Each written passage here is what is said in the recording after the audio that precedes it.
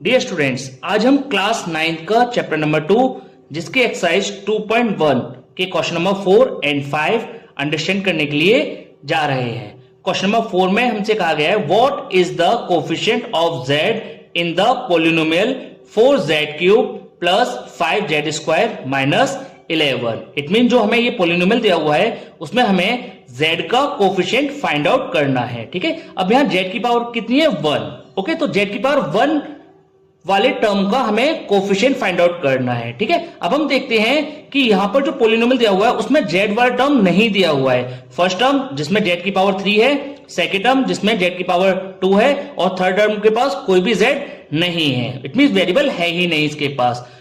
Okay, तो इस condition में हमारा जो कोफिशिएंट हो जाएगा z का वो कितना हो जाएगा 0 हो जाएगा। इसको हम रीराइट करके इस तरह से भी रिटर्न कर सकते हैं 4z³ plus 5z² plus 0 into z। It mean जो हमें टर्म्स पोलिनोमियल में नहीं दिया हुआ है, ठीक है, उसको हम 0 इंटू करके रिटर्न कर लेते हैं माइनस 11। अब यहां देखेंगे जो हमें z दिया हुआ है z का कोफिशिएंट यहां कितना है 0।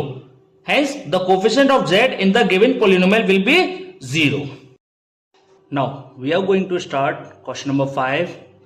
इसमें कह रहा है what is the constant term of the polynomial 9x³ plus 5x² minus 8x minus 10। It means हमें जो पोलिनोमियल दिया हुआ है उसमें हमें कांस्टेंट टर्म फाइंड आउट करना है। अब कांस्टेंट टर्म क्या होता है?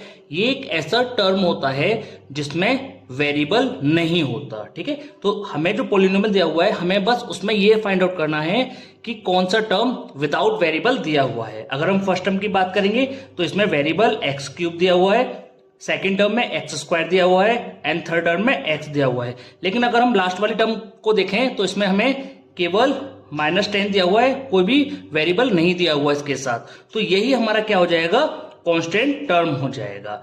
The constant term of the polynomial is -10। और इसमें आपको साइन का भी ध्यान रखना है, ये विद साइन रिटेन किया जाता है।